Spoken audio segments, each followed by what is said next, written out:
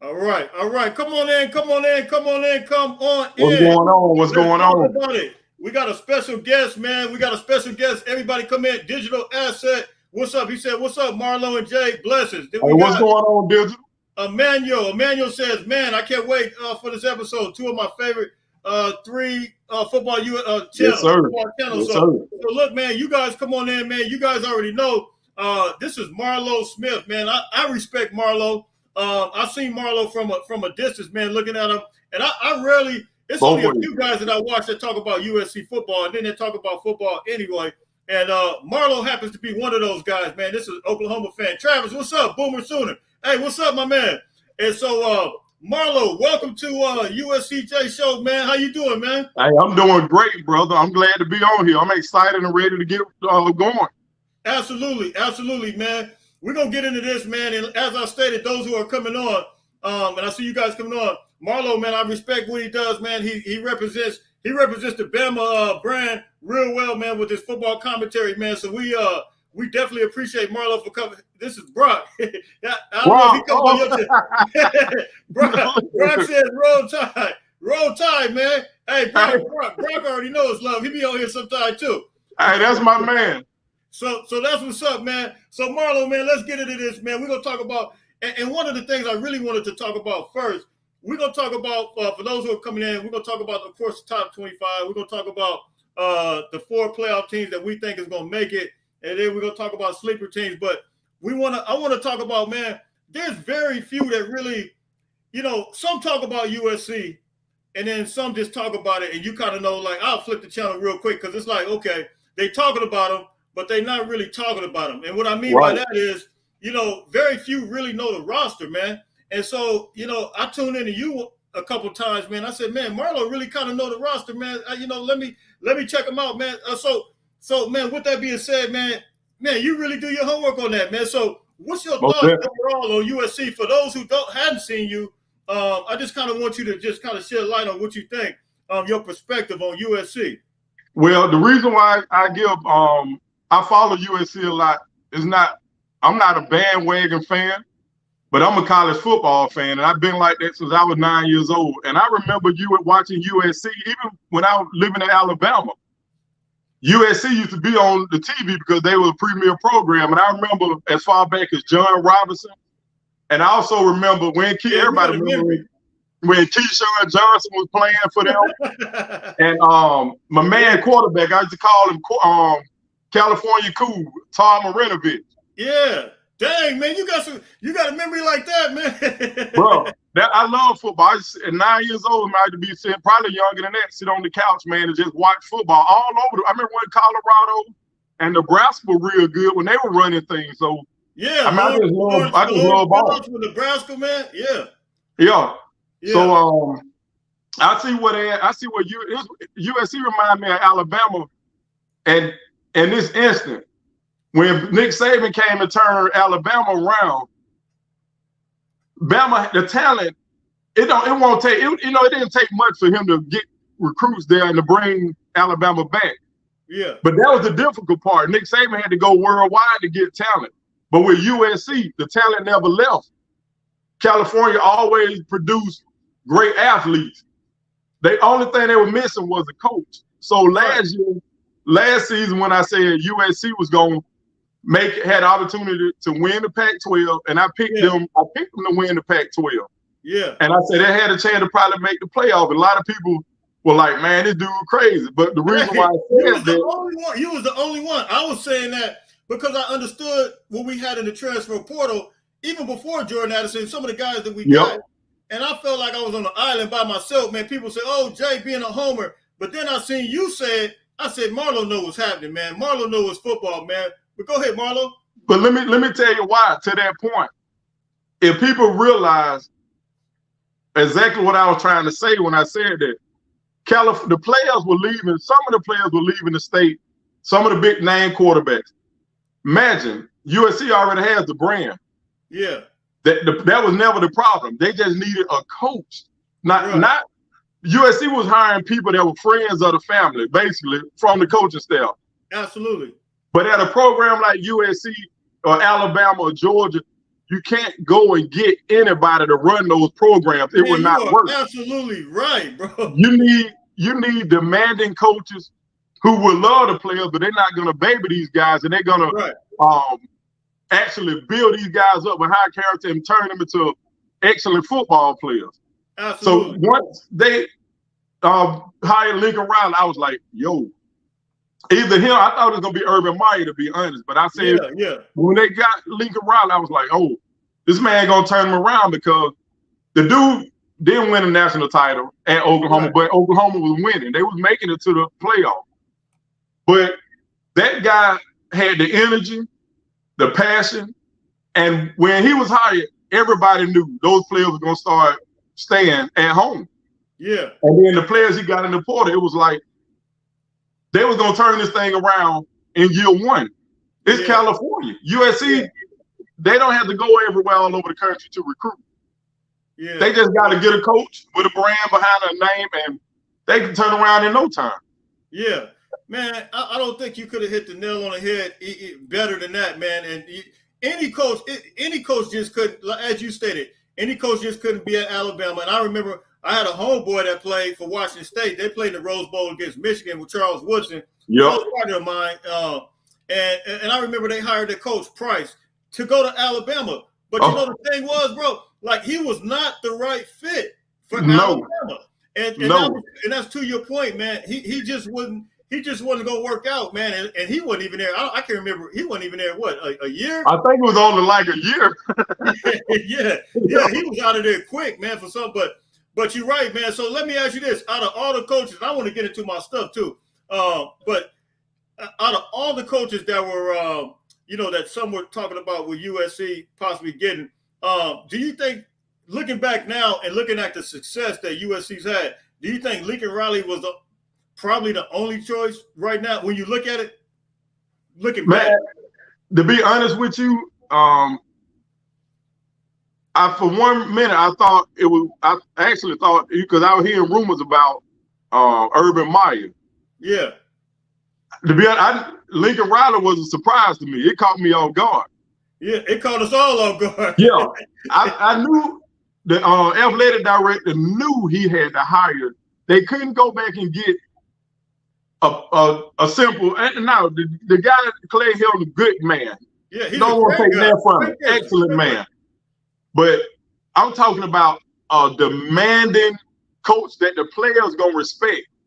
Yeah, they'll love you. They will love Clay Hill from here and back. But I'm talking about a coach that has a resume of winning championship, being a winning period, getting to the playoffs.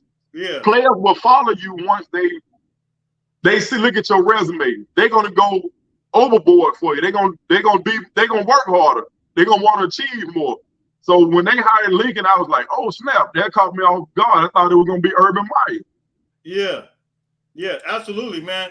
And once we got him, man, it seemed like things began to turn around. Now, there is a, from your perspective, from what you've seen it, because you do a lot of commentary, as I stated, on USC. So from your perspective, Lincoln Riley, of course, he went to the playoffs. He's had success.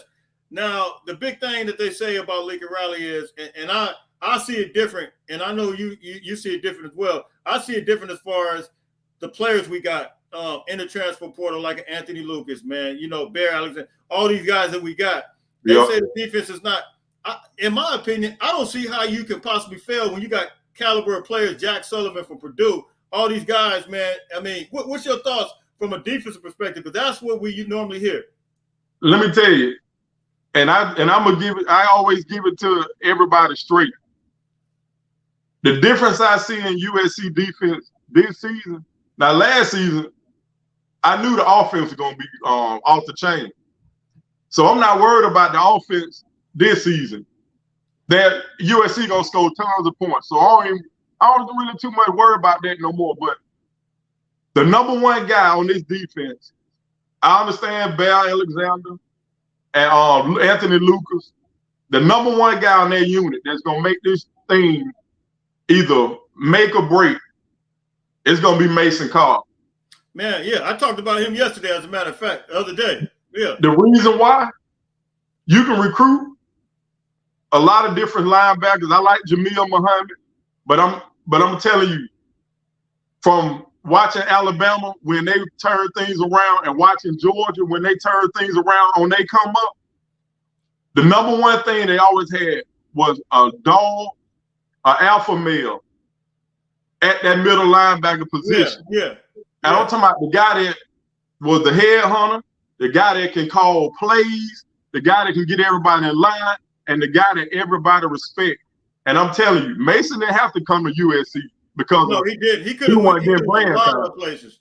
That man could have went anywhere in the country, and he would have put somebody on the bench. That dude is a dog. He's an alpha male. That brother will knock your head off. And I'm telling you, USC need an inspirational leader like that on the defensive side of the ball because I like Shane Lee. Let's talk. Hey, for a second. Let's talk because he was there at Alabama, and he actually played his freshman. Shane Lee played his freshman year, right? Yep. So, in your opinion, what's the difference? And a lot of people wondering why I picked Mason Cobb over Shane Lee, and it's no disrespect. I love Shane Lee. He's a leader. Yep. He's a warrior. He's a weight room warrior. But what's your thoughts? What's the difference when you look at Shane Lee, in your opinion, being that you've seen him at Alabama and Mason Cobb? This is the thing.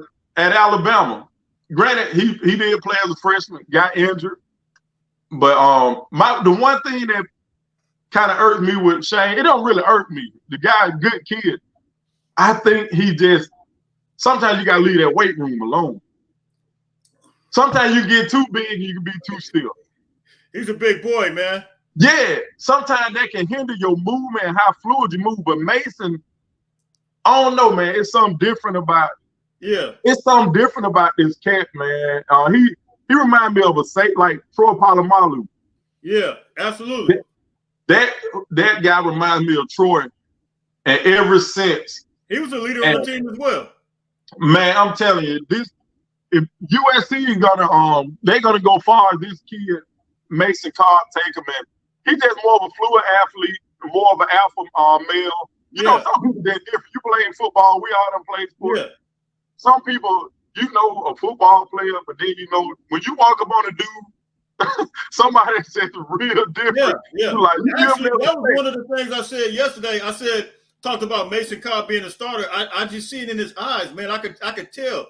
You know, like you know the old saying is game recognized game, man. You can just tell what time it is with him, man. So I totally agree with you on that, man. And and so from a defensive perspective, you see USC being, if I were to say from a percentile standpoint, 100%, 80%, 70%, where do you see him this year, in your opinion, percentage wise? You see him being improved? Man, I at least give them. They should be 70% better than what they were last season. The defense was always. Let me tell you something. The defense was all. When I watched them play, I watched USC for the offensive side of the ball. Let me say this first. Rex, I cringed when Lincoln Riley brought that dude over. But I want to give him credit. I want to give Lincoln credit for giving him the players. Yeah. If this defense do not perform up to standard, this will make a break. He got to go. Let me tell you something. With a guy like Mason Cobb on the field, he will help. Grinch could just sit back. But if this unit don't improve, he got to go. It's definitely over, man. I think, and then we got another. I don't know if you're familiar with Greg Brown or not. He used to be a defensive analyst for you guys for Alabama, man, and we got him as well. Had like 3. He came from Charlotte this year, but he's only an analyst with us now. But anyway, we got him as well. That's gonna kind of assist with that defense, man. And so, I agree. I agree. The defense is should be a lot better, man. I want to talk about a little bit of Bama too, but man, we can be all over the place with this thing. But look, so let's go. So USC, well, your top 25. Well, let's talk about I don't even want to get into the top 4 playoffs teams right now that you're projecting right now. And I say Phil Steele. We'll talk about that. And I have a sleeper in that top 4. So I have Georgia, I have Michigan, I have Alabama, I have USC/Texas. Texas. Texas Longhorns are my sleeper. Hey. But Oh, one thing about that SEC, I'm telling you, it's gonna be brutal. Let me tell you, the Pac-12, it's horrible, man. The SEC, the top two conferences in the game. Hey, this year, the Pac-12, I can't even tell you the last time we got to play. I can't even tell you the last time we looked this strong. When you look at all the quarterbacks we got to play, man, it's crazy, man. You got to play DJ that came from Clemson. He's at Oregon State. You got to play Oregon, of course. Bo Nix over there, man. Yep. I mean, Michael Penix. Michael, man, that dude is a problem. He's a big problem. Yep. So it's going to be, when you talk about very competitive, it's going to be rough. But you like Washington at all? Oh man, yeah, I watched Michael Penix when he was at Indiana. I knew he was a beast, but yeah, he beat Ohio State over there. Man, it surprised me when he left because after he was done at Indiana, I didn't even know the guy transferred until I was watching the game and I said, "Oh, I didn't know this guy left." But that dude is a problem. But the only thing with Penix in a big game, trust and believe. Now he can match anybody, steal for steal, even Caleb. Yeah, he'll make a one thing. Yeah, the one thing Penix will do in a contest, that arm will get him in trouble at times. And he will get that ball over. He will turn it over. Absolutely. So you got Bama, Texas, or Texas right on the outside? I got Texas on the outside, but I got Georgia, Bama, Michigan, USC, and Texas on the outside. Yeah, I think I'm kind of right there with you. I don't Ohio State, man. I don't know how they're gonna operate without their quarterback. I don't know what they got without their quarterback.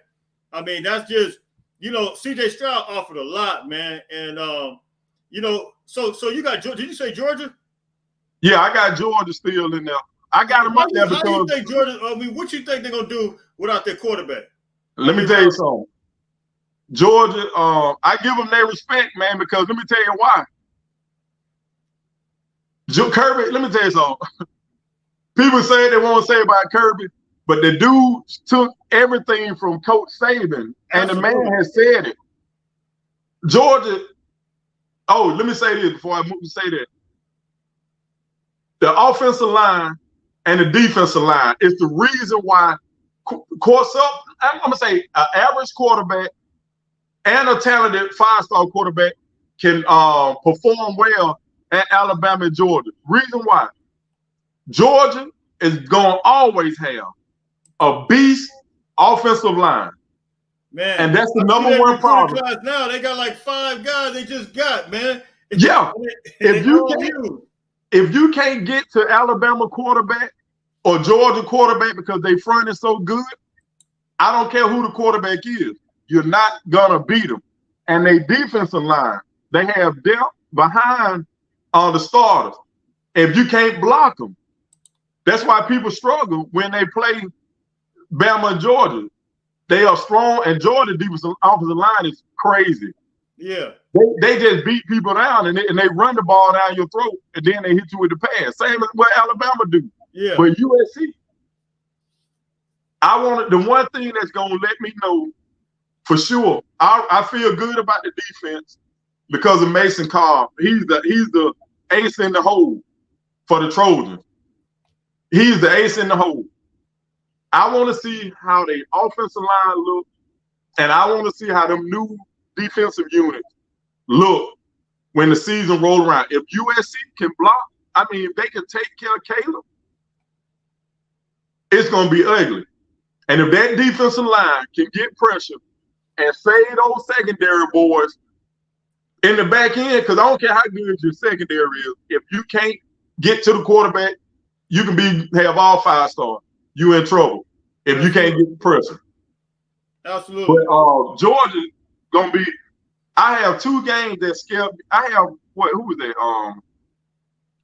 The one game that really got me with Georgia, that really I think Georgia can lose that game. And I picked Tennessee last year to beat Georgia, but Tennessee winning the Anthers and laid the egg. They flatlined. Big time, man. I was totally not expecting that. Yeah, but that boy, I mean, they got to go to Tennessee, and a lot of people ain't respecting Tennessee. This I actually season, like that other quarterback, man. That was behind the other guy, Joe Milton. Milton. Joe Milton. Is that the one that came from Michigan? Yeah. Yeah. And they sleeping. I mean, that dude he can throw it too, man. They sleeping on him. Yeah. But they got Georgia boy receiver that came from USC. He's over there. Man, that kid's gonna be a beast, man. Big physical. They got about 5 or 6 different wideouts that can step up and play. Yeah. But they got to travel to Knoxville, and that weekend gonna be crazy. And the quarterback of Georgia, he talented kid, but the difference is when you a first time starter and you going into environments like that, I don't care what you say, it will have an impact on the quarterback. Yeah. And Tennessee is gonna be live, and they got weapons everywhere. If Tennessee offensive line can keep Georgia defensive line at bay, which they're gonna have some new faces, even though some of these guys played. But Alabama, I think majority of their big games are at home. Yeah. And how's Alabama's schedule compared to? I didn't really look at, because I know Georgia's schedule kind of lightweight, man. Bama's schedule tough. Yeah. They have the tough. Now these games that are tough, but they have these games at home. Yeah. You got Texas. They got Texas the second week. Yeah, they do play Texas. But that game is at home. I don't see Texas going out there and winning that. Texas' best chance was last year when they should have won that game, but that was last year, man. I don't see them going there and beating Alabama, and it's no way. And let me tell you something. I love everything. I love Steve Sarkisian. I remember when Sarkisian was they was under Norm Chow at USC doing Pete Carroll era. Him and Lane Kiffin. Yeah. They were co-offensive coordinator with Norm Chow. Right. But let me tell you what Texas slipped up last year with their season. That's why I got them on the outside in the playoff, because I have them picked to win the Big 12. I don't think nobody can beat them over there. Man, let me tell you, hey, if they have you seen that backup quarterback, Malik? Oh my God. I did a piece on him. If they put him in, it's a problem. He reminded me of Vince Young. I mean, who is that guy? I called him, to me, he reminded me of Cam Newton. Yeah, from Auburn. Yeah. But I don't see. He's a problem, man. Yeah, that dude, he's either going to play or he's going to transfer, one of the two. He has to. He's actually from L.A., man. And, that boy's tough. Tough, man. But I don't, Texas, man, they're going to be tough, but they ain't coming into Bryant-Denny Stadium and locking them down. Bama, what a lot of people sleeping on Alabama but I like this situation that nobody's really talking about them. They forgot that we have a really excellent defensive coordinator. Kevin Steele is one of the best in the business, and we also have the other guy helping him. I forgot his name. He was one of the best defensive coordinators when Tim Tebow at Florida, and he's assistant Kevin Steele. Yeah. But that defense is going to be aggressive. They're going to be fast. They're going to be head hunters, and we are deep. And the secondary is loaded start with depth. Speaking of that, let me ask you this, because they had to be loaded for depth, because we got Traquan Figgins, man. What's your thoughts on Traquan Figgins that came from Bama? Man, I think the kid is talented. The only thing that happens when you go to Alabama, a lot of kids' dreams are to play for Alabama, when they from the state. But you have to be honest with yourself. If you go to Alabama, you better be one of the more elite athletes in order to stand out amongst many. Yeah. But the guy can play. He can, man. Sometimes you just fall down the depth chart, and sometimes that's what it is. Yeah. But I think he's a good pickup for y'all because the kid can play long range, tall, very athletic dude. Very athletic. Just got to get on the field. You see him as a cornerback or a nickelback or a safety? I think he can play anywhere. Yeah. I think he can play anywhere in the secondary. Yeah, He's that kind of athlete. Yeah. I agree, man. I think I see him as a nickelback, man, and somebody that can grab those tight ends coming down the seam, man. Oh yeah, That's he's kind a of very good athlete. Yeah. So you got your 4 playoff teams, man, and 4. And it's crazy because Phil Steele, he has an accuracy rate of like 94.6. He just every year he puts out this magazine, and he predicts the year, and he comes pretty close. Out of 140 teams, he got 130 right, 134 right prediction rate. So he picked USC as one of the teams to make it to the playoffs. I said, man, if Phil picking them, if Marlow picking them, hey, I'm picking them. We all, and you were right last year. By the way, you were right. It was only a couple things that happened, man.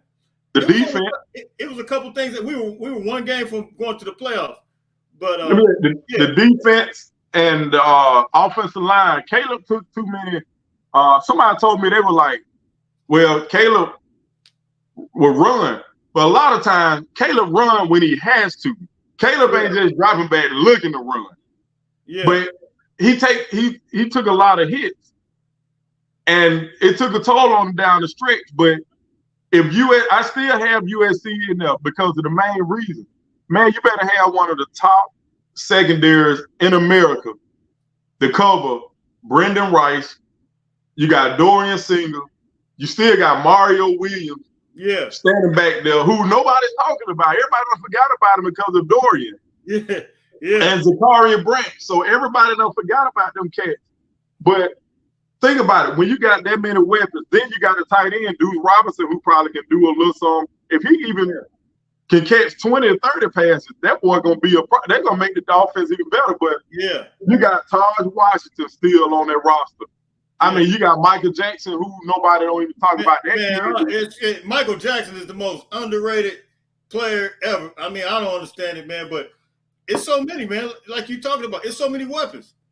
Brendan gonna be the one that's gonna set everything apart. I love everything about Dorian, but if I'm picking a leading receiver on that squad, I'm telling you right now, Brendan Rice is going. Man, that dude's about to go crazy.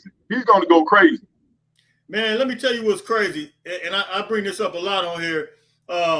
Last year, I think people thought I was somewhat crazy when we got Jordan Addison. Prior to us getting Jordan Addison, and then I started hearing rumors about us getting him. One of the things that I was saying, I said, look, man, we got Jackson, kind of like what you're saying, Jackson, Washington. We got the production that we had already was good. And so I was saying that, we need to address the defense. That wouldn't have, and I kind of feel the same way. And it's no knock on Singer, but I don't think we would have just been hurt. I mean, we got so many receivers right now to where it's just, but USC always produces these receivers, man, and Dorian Singer is just really adding more to the bunch, and it's going to come together. But yeah, to your point, Brendan Rice, if he could play like the way he played in that Tulane game, I was at that Tulane game, and I have never seen him play like that. All year long, he looked like he was a bionic man or something. I was like, what got into him? You know what I mean? So, yeah, I think if he can shine like that, if he picks up where he left off, I think it's going to be big time for him, man. Yeah, and see, the focus was on Addison and Williams. So that guy, sometimes you got to wait your turn. Look at Taj Washington. He can play for anybody in the country. Yeah. But the guy still, if I can remember, the guy still had over. I know he had probably had over 500 yards receiving. Who's that? Taj Washington? Yeah. Yeah, he had 600 yards. Yeah. Yeah, and that's we got four players, I think, that got over 600 yards coming back. Right. So if you can do that, and you're not even on the field as much, just tell you the type of athlete that kid is. And then Michael Jackson balled out in that against Tulane as well. Yeah, he played in a lot. Yeah, he did his thing, man. So it definitely much respect to him, man. And and so I wanted to get your thoughts on this as well, man. You know, all the conference realignment, all the stuff that's taking place. You know, you got Oklahoma, Texas. First, I want to talk about that first, and then talk about USC's move to the Big Ten. Like, what's your thoughts on Oklahoma, Texas? going to? I mean, how do you? Me personally, man, I don't. I'm not hating on Oklahoma. Let me say that. I'm not hating. I'm not hating on. I just don't. I don't see it, man. I don't see. I don't see the success. And who was that? It was one big time commentator. That was Colin Cowherd. He said. Yep. He said they're gonna become the next Nebraska. That's what he said. Yeah. Do you agree with that? Like, what's your thoughts on that? Listen, the thing I tell you, I did a piece on Oklahoma, and you know some about that what Colin Cowherd said. Yeah. But and you know they were upset about it, and but my take is people don't really understand the grind, and when a lot of people give the SEC a lot of credit, everybody the hate come their way, but they don't understand. You come into a league where you are not going to have any weekend off. Right. You got to play Alabama. You're going to have to play Georgia, and you need depth. If you don't recruit well, you're going to wear it down.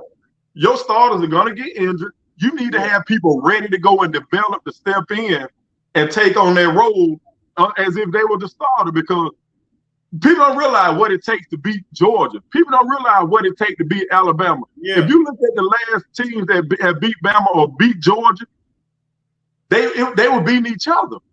And the main reason, you almost got to kill Alabama, and I'm talking in football sense, you almost got to kill Georgia. It's going to be a bloodbath to the clock strike zero. Yeah. I think we've seen that, man, with TCU. I mean, they had all the starters, man. I mean, they looked lost in all the sauce, man. Once they got on that field, it was they. I don't even know how to explain that game. That was crazy. Man, I was shocked that they even made. Even a lot of the sports broadcasters, they say if they had to pick, and some of the guys that was on the board or the committee even said they would have put Bama over anybody in that they put in that playoff. Yeah. To play with Georgia. They could play with Georgia. They said, but the only reason they didn't pick them was because they didn't want to hear the negative feedback about people loving Alabama. Yeah. Nick Saban even brought it up a couple weeks ago. He said that one of the committee guys said that y'all were one of the best teams that should have been in that playoff. If Bama would have been favored over all the other teams in there outside of Georgia, but would have been able to compete or beat Georgia. Yeah. But they didn't want to do it because of the backlash. Yeah. Well, I mean, the thing is too, though, man, with TCU, I mean, they lost against Kansas State, though. A lot of people don't realize that. They lost against Kansas State, who they lost against Tulane. Kansas State lost against Tulane. Yeah. And a lot of people don't realize that. And, I mean, I ain't going to lie, though. I was shocked. I was one of those kind of going for him, pulling for him to actually but they totally made me look bad, because I sure didn't think that, man. Brian Jenkins said, Brian, I think he's in Birmingham, Alabama. Shout out to Brian, man. Hey, that's my boy right there. Yeah. He came in one day on my live, man, and we chopped it up on here. He said Oklahoma's going to thrash. Let me tell you, he's right about that for the simple reason. Let me tell you something. They going into the SEC without a quarterback. Now listen, Quinn, Texas might be in good standards, because if Quinn leaves after this season, he can go to the NFL draft. Yeah. But if he leaves, Malik gonna be the guy. Malik is a one of them once in a lifetime generational type of quarterback. He elite. Oklahoma got a transfer quarterback last season who's gonna be in his final season as the starting quarterback this year in 2023. Yeah. So when that guy is out of there, they either gonna have to rely on the portal, or they're gonna have to develop a young quarterback to go into a league. Yeah, that's gonna be Jackson Arnold. I think that's who they got. Yeah. He's gonna be a true freshman coming up this year, and that is not gonna be the way to go for them. No, it ain't gonna work. It would not work in the SEC. It's too much. And people forgetting, we talk about Alabama and Georgia, but look, Texas A&M, I'm telling you, they're going to be scary this season. LSU returning they got their quarterback. Any team that got a quarterback like that that's coming back, I'm giving them some credit.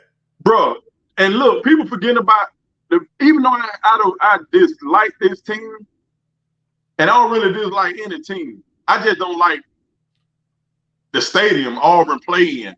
Yeah. But it's like voodoo. But they just hired a coach. Just like that's why I have to give them respect, because just like you guys got Lincoln Riley, and that was the turnaround.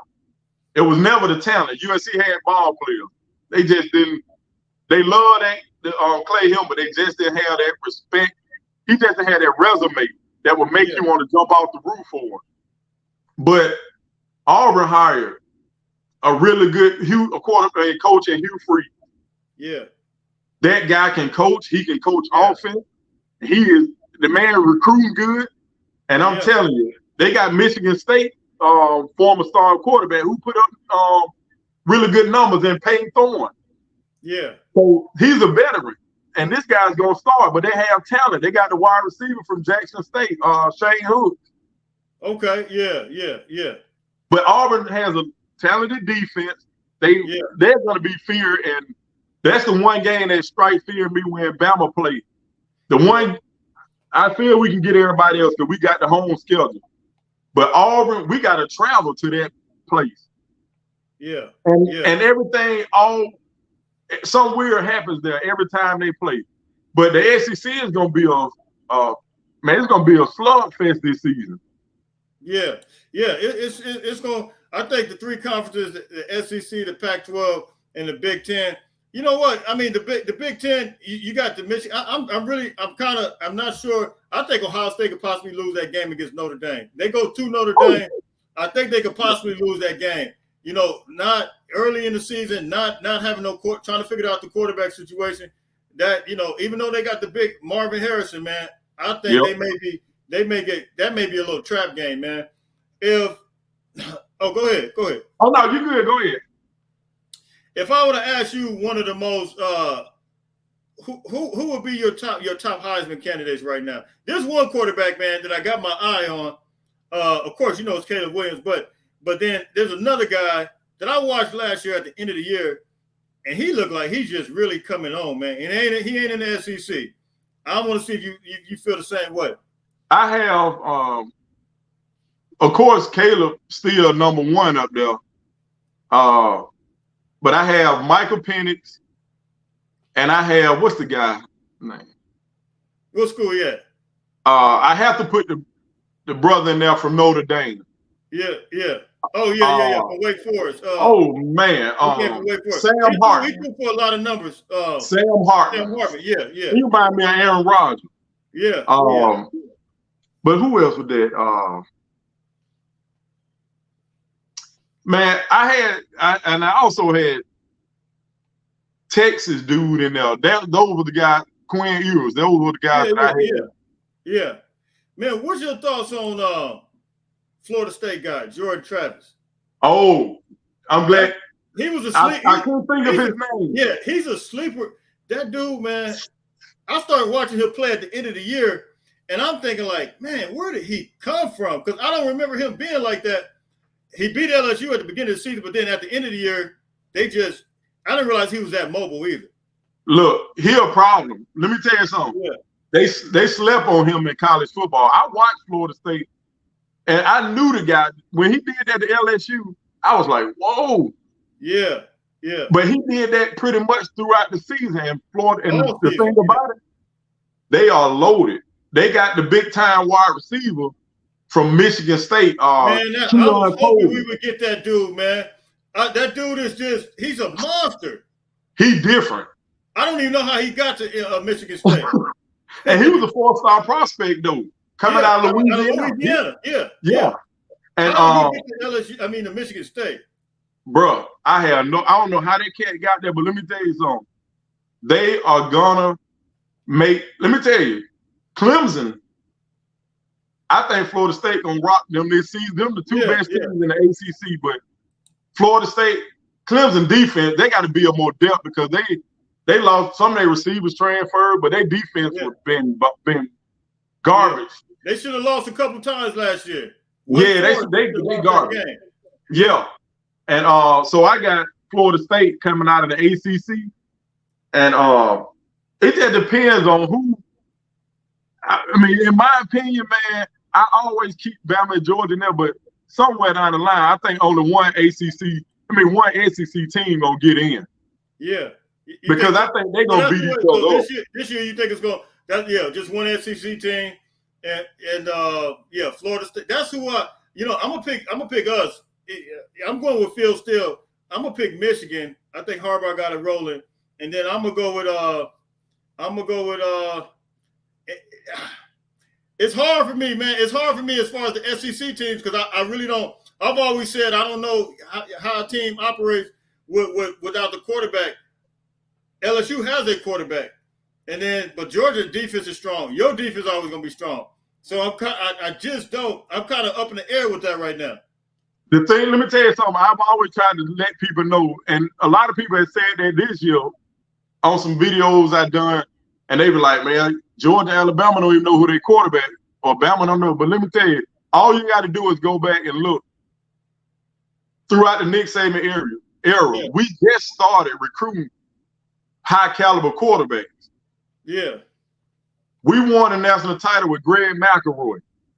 Yeah. We won it with backup quarterback Jacob Coker, who was the quarterback. Jacob Coker was the backup to Jameis Winston at Florida State. Right. So he was an Alabama kid. The guy knew he wasn't gonna get on the field, so he transferred. Bama recruited him out of high school, matter of fact, but he ended up coming to Alabama he came for one season. And I think Lane Kiffin was there. But all we needed, Derrick Henry was there. Yeah.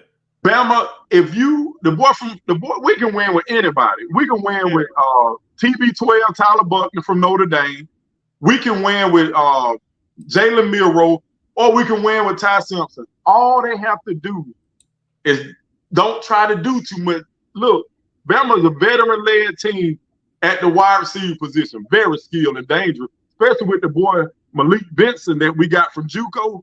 Oh, he reminds me of Julio Jones and Calvin Ridley mixed together with the route run. And plus, we got some young dogs. That safety you guys got from UAB. Yeah.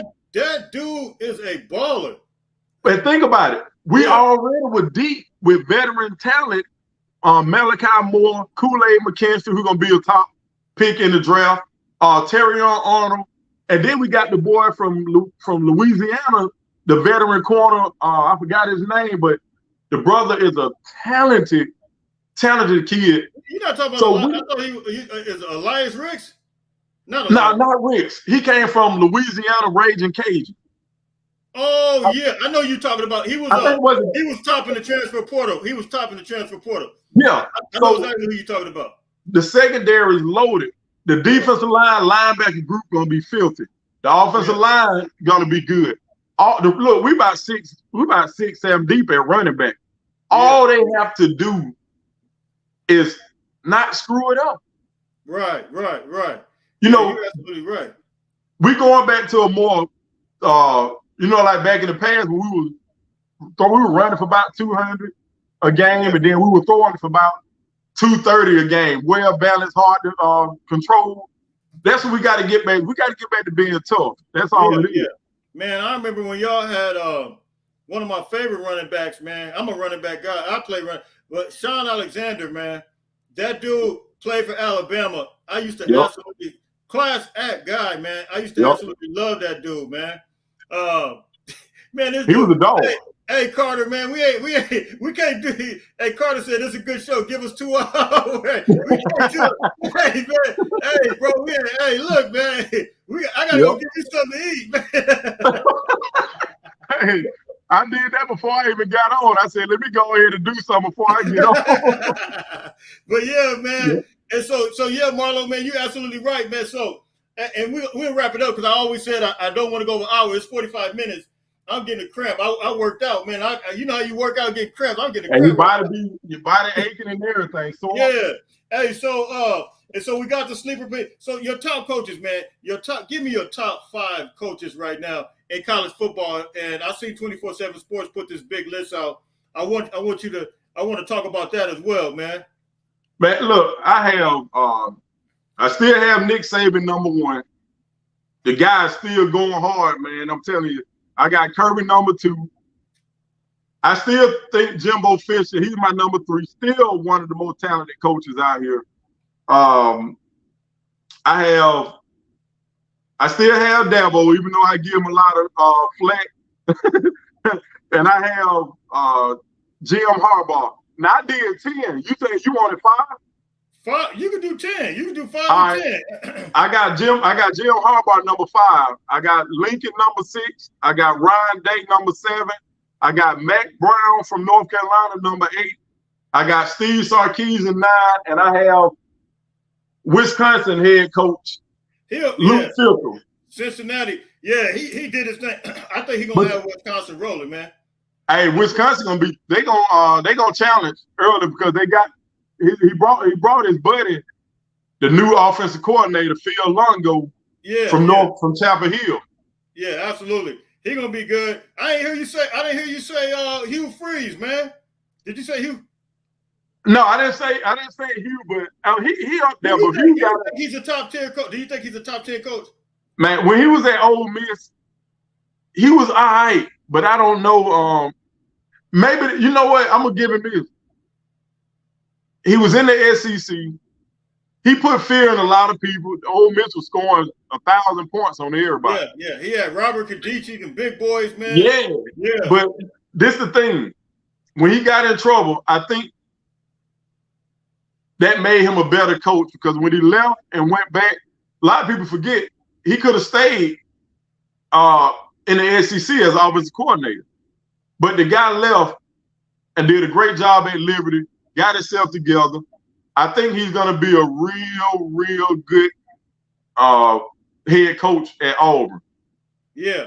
He's going to be. He actually had Liberty in the playoffs. Man, Brian Jenkins, man, I can't believe you're going to ask. Hey, I'm going to ask this question. He says, who do you got in one playoff game? Pete Carroll or Nick Saban? Hey, ask Brian. Man, think about this real hard right now. I might not be able to choose that because that's going to be crazy. You got Pete Carroll with the talent that he had. Alabama, Nick Saban, one of his best teams. Rolando McClain, Greg McElroy, the defense against that y'all offense with Reggie. Man, that'd be a classic like Texas and USC. Maybe hard for me to say, Brian. Them two guys, they the best to do it, man. They are the best to do it. Yeah. That'd be hard to pick. Yeah, I mean, it'd be very hard to pick.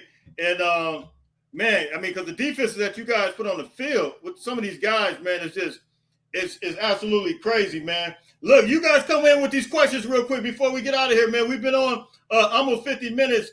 I don't want to hold them too long, but I want some of these questions to come through. And so we named the top 10 coaches, man. We talked about USC. So Bama's record this year. Man, to be honest with you, I got us going undefeated. I got us in the playoff, winning the SEC. Absolutely. So LSU, LSU comes in, right? LSU got to come to us and think about it. A lot of people bragging about their game. They fail to realize LSU, they got away with their game. And Tennessee, that game, I'm going to put it like this. Alabama defense, Brock say 11-1. Alabama defense is going to be better than this season than all of Pete Golden's time is running the defense at Alabama. He's out of there. Yeah. The defense gave up a lot. Well, to me, they made a lot of mistakes. And that's what cost Bama in some of them games. They blew a lot of coverages against tight end. Anything somebody was throwing down the middle of the field, down the seams, our linebacker safety with double coverage, running backs out of the backfield, letting the tight end run down the middle. Once Bama clean that up, it's going to be hard to really beat them. Yeah. And I don't think I brought up to some people, like, I know Bama could clean up to an extent, but here, let me see what you think about this. Offense is now like Tennessee. When you guys played Tennessee last year, it was a shootout, man. I mean, it was what was it like 50-something to 48 or something? And, it was. They put up points. But here's the thing is, do you think now the way offenses is, if you look at Georgia when they played Ohio State, that was a shootout. Ohio State should have won that game. So my thing is, do you think that offenses now are so explosive? Because to be a defender, it's a lot harder to be on your horse, man, when you talk about playing cornerback or safety, and you got guys just firing, somebody like C.J. Stroud firing at you like crazy. You think it's a lot harder to defend to hold people to a certain about? You think that the defensive thing, like 20 points a game, that's over, is gone? Hey, beautiful question, Brian. Jay. I love that. Brian was down there in the thing. Jay, that's a beautiful question, and I'm glad you asked that. I think the defenses can still play. Let me tell you something, and I made this point a lot. In order to beat an Alabama team or Georgia team, you gotta have a dynamic quarterback. Absolutely. Ohio State has C.J. Stroud. Mm-hmm. He was a dual threat. I never seen C.J. run that much in a ball game. And I talked about that because he came in like this season with like negative yards rushing, and then all of a sudden he want to run. My point. And look, any other game, they would have been off the field. Yeah. The team, if you go back and look at the team that beat Alabama, the quarterback played out of his mind. But one thing people forget that with Ohio State, Ohio State recruit well on the offensive line, and they did an excellent job against Georgia. Yeah. Georgia didn't really get a lot of pressure on their boy. But to this point, I think they still can teams can be shut down, but it just depends on who has the equalizer. Like USC. I gave USC credit in a video I did with what if USC played Georgia? Yeah. Some people said Georgia would smash them. I didn't say USC would win. Yeah. But if USC, I didn't say they'll lose. But if USC can block, but they forget the X factor. Who's the quarterback? Caleb is way faster than C.J. Stroud. You can't even compare. He gonna be a threat to any defense. Football is 11 on 11. Who gonna count for that quarterback?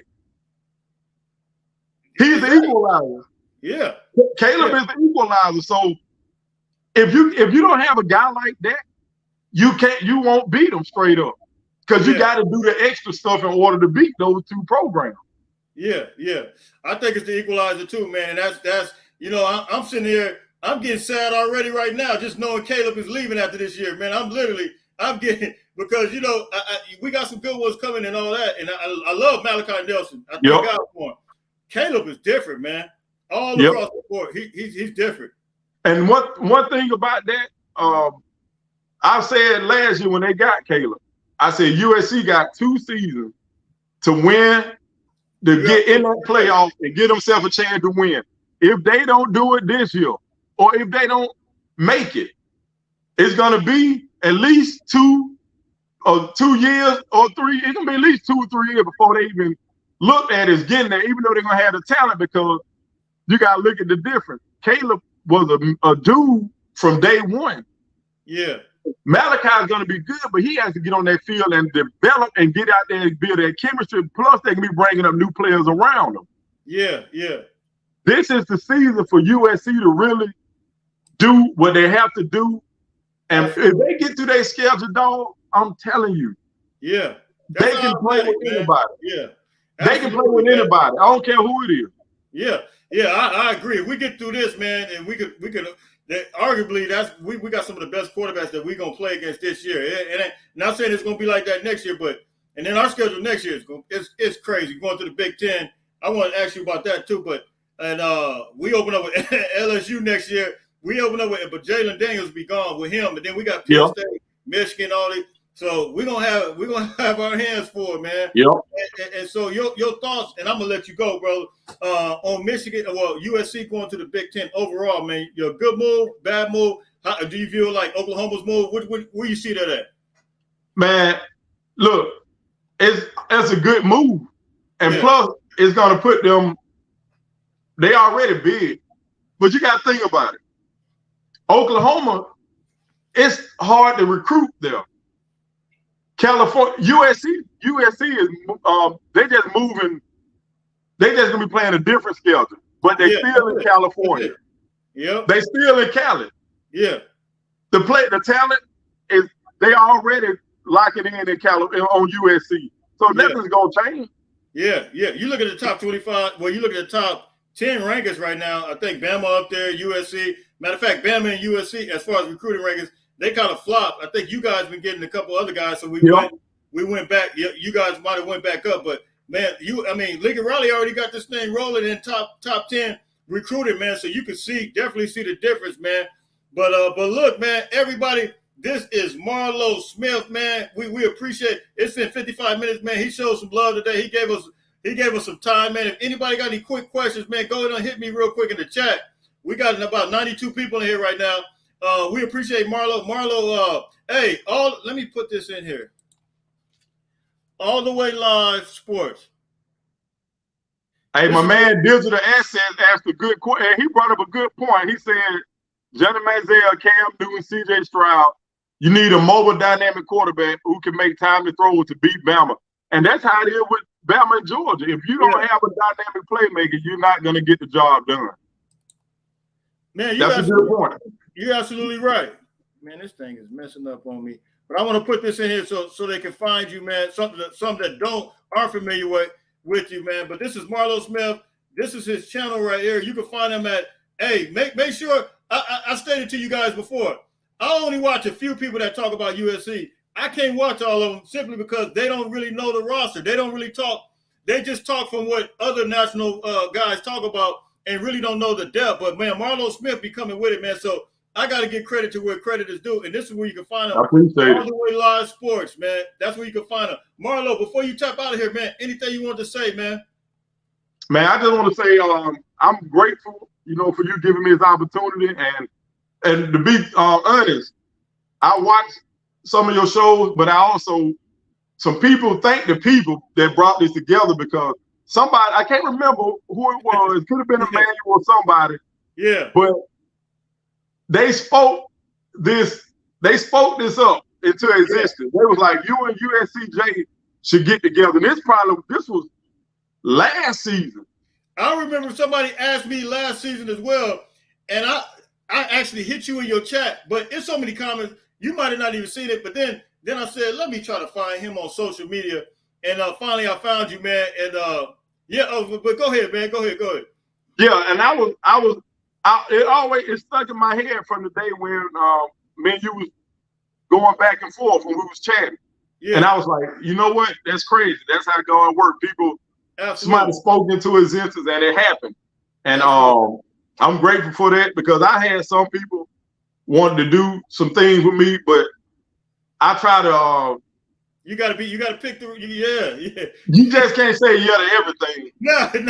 No. Some work and you kind of know. You want to be with like-minded people, man. And I hear you talking about God. Everybody knows I talk about the Lord on air, man. I love God, and they know how I operate, man. One thing we don't do on here, and I know you pretty much the same way. I don't condone talking about athletes as trash, garbage. We don't, because at the end of the day, I always tell them that these are somebody's kids, and I don't operate like that. So it's entertainment, people, man. Yeah, it's entertainment. It's just entertainment, and we gotta. These are human beings, man, and I think that we gotta present and project the right thing. And a lot of these athletes, they inbox me, they watch me, man, they watch me. So good point, because it made me feel good when to hear you say that, because in a lot of my videos, a lot of these athletes, fathers, have chatted with me. Same here, And I was like, the guy from Colorado, the running back, McCaskill, who transferred from Houston. Yeah. Now he's playing with Coach Prime, running back. His dad was talking about a lot of things that he went through. And the wide receiver at Nebraska, I have like 4 dads get in the comment and they chat. And some of the players have even hit me up on the videos I've done on them. So, but I've always, and you're an athlete, you play, how it is to have people just saying crazy stuff, because at the end of the day, it's just entertainment. They entertaining us. And everybody's gonna have their ups and downs, even in life, on your job. Things are gonna happen. You just got to continue to fight, and whatever journey God got you on, that's the journey you gotta take. Whether it's the NFL or it's going to work in the morning, you still have a purpose, and you're not trash. It's sports. Absolutely, man. And this is. Hey, and this is my boy John Walk, man. This is the one that be on here. He was going to come on today, but he could. He played on the national championship team. He was on that team that played against Auburn, man. That I was telling you about backstage. I remember him. Cause look, my friends played on that team. I used to hang at. Even though I'm a Bama fan, let me tell you, I live in Tuskegee, Alabama. Tuskegee is like 25, 30 minutes from Auburn. My mom worked at Auburn University, so I knew Cadillac, Ronnie Brown, man. Jason Williams, Carlos Rogers. I knew a lot of them kids. I remember John. I don't know him personally, but I remember him on that team because Auburn came to USC and y'all got us. But it was a good game. But y'all came. I was like, I can't wait till them boys come back to Tuma Corner, come to Jordan Stadium and play. And y'all came to that tour. By the way, Cadillac Williams, Ronnie Brown, man, Jason Kevin, they had a squad, man. That I used to love them guys running the ball, man. They was the real deal, man. Man, they were cold, bro. They was the real deal, man. But look, man. But yeah, that's my boy J Walk. Maybe we get another time you tap in, man, and we'll get him on here with us, man. But look, man. Hey, everybody stay blessed. Hey, we've been on here an hour, man. Thank everybody for coming on. Thank Marlow for coming on, man. Yes, sir. Until later on, man. Listen, everybody stay blessed, man. Until later on, hey, Travis, thank you very much. Great show, man. Hey, until later on, let me hit this. I remember being in Coliseum. Okay. Hey, until later on, hey, thank you, man, for that. Until later on, everybody stay blessed. And until later on, fight on, fight on, fight on. Hold on for 1 second, Marlo.